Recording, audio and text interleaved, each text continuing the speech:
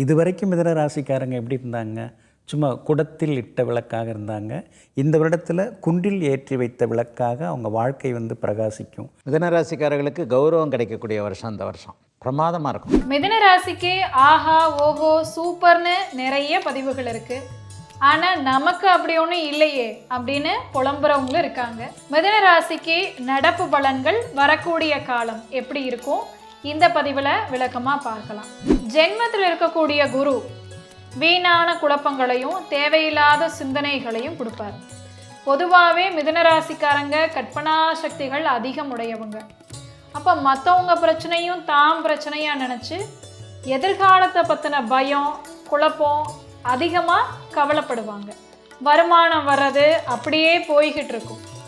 ஆனால் 10ல் இருக்கக்கூடிய சனி, தொழில் ஸ்தானத்தில் இருக்கிற சனி தொழிலில் நல்ல இடமாற்றங்களை கொடுப்பார். புது முயற்சிகள் சிறப்பாகவே அமையும். முக்கியமாக சுயதொழில் செய்கிறவங்களுக்கு நல்ல சந்தர்ப்பங்கள் கிடைக்கிற காலம். வேலைக்கு போகிறவங்களுக்கு அவங்க வாழ்க்கை துணையுடைய சப்போர்ட் அதிகமாக கிடைக்கும். ஆனால் வேலை செய்கிற இடத்துல சின்ன சின்ன மனஸ்தாபங்கள் வர்றதுக்கும் வாய்ப்புகள் உண்டு. உண்மையாகவே ஜூன் மாதத்திலிருந்து தான் மிதுன ராசிக்கு நல்ல மாற்றங்கள் உண்டு. ஜூன் மாதத்திலிருந்து தன லாபம் கிடைக்கும். நண்பர்கள் வகையில் இருக்கிற பகை விலகி போகும். கல்யாண யோகம், குழந்தை பாக்கியம் நிச்சயம் உண்டு.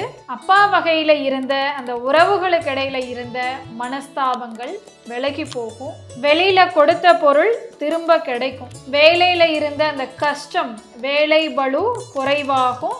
அதை பங்கிட்டு கொள்ள இன்னொருவர் கிடைப்பாரு. நம்ம சம்பாத்தியம் நம்ம கிட்டேயே தங்கும், சேமிப்பாவும் மாறும். இந்த மிதுன ராசிக்கு வழிபாடுகள் அப்படிங்கும்போது இந்த நேரத்தில் தட்சிணாமூர்த்தியை வழிபாடு செய்யறது ரொம்ப நல்லது.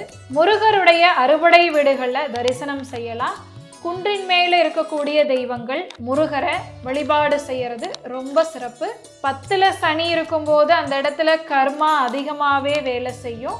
அப்போ நாம் கொஞ்சம் தான தர்மங்கள் செய்யணும். உதாரணத்துக்கு எறும்புக்கு பச்சரிசியை உணவாக கொடுக்கறது கூட மிகப்பெரிய பலன்களை கொடுக்கும். வேறு ஏதேனும் சந்தேகங்கள் இருந்தால் இந்த பதிவில் கமெண்ட் செய்யுங்க. வாழ்க வளமுடன். வணக்கம்.